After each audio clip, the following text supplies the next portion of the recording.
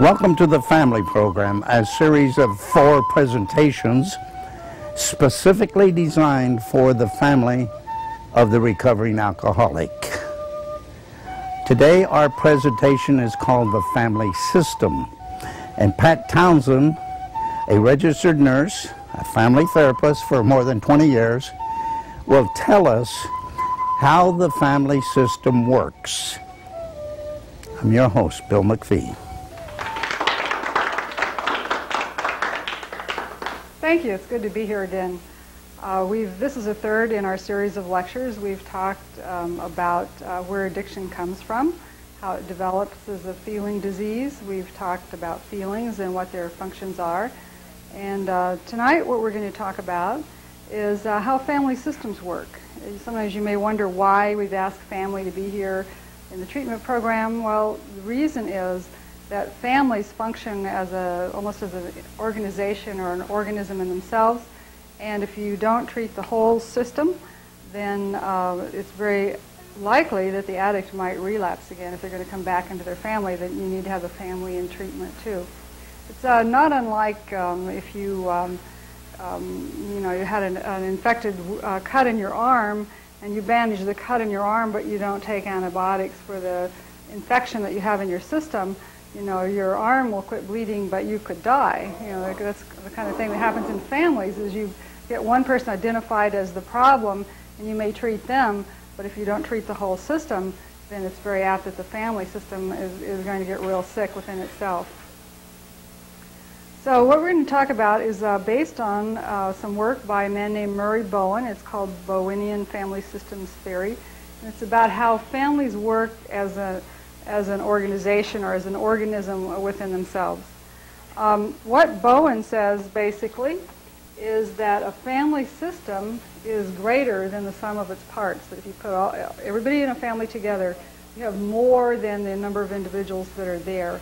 And the example that I use is of a simple family of 4 people. If you had the dad and the mom and the 2 kids, you would ask yourself how many things emotionally or relationship-wise are going on in this family at one time. And the answer is that you have individuals in the relationship. So you have 4 individual people in that group. And you know that when you're by yourself, you feel and think differently than you do when you're with other people. Just the presence of those other people changes how you view things and what you do. So the next possibility that he mentions is what we call dyad relationships. You're by yourself, and another person joins you. It changes the energy of your mind and your emotions. So the number of possible 2-person relationships that we have in this family of 4 is actually 6 possible combinations.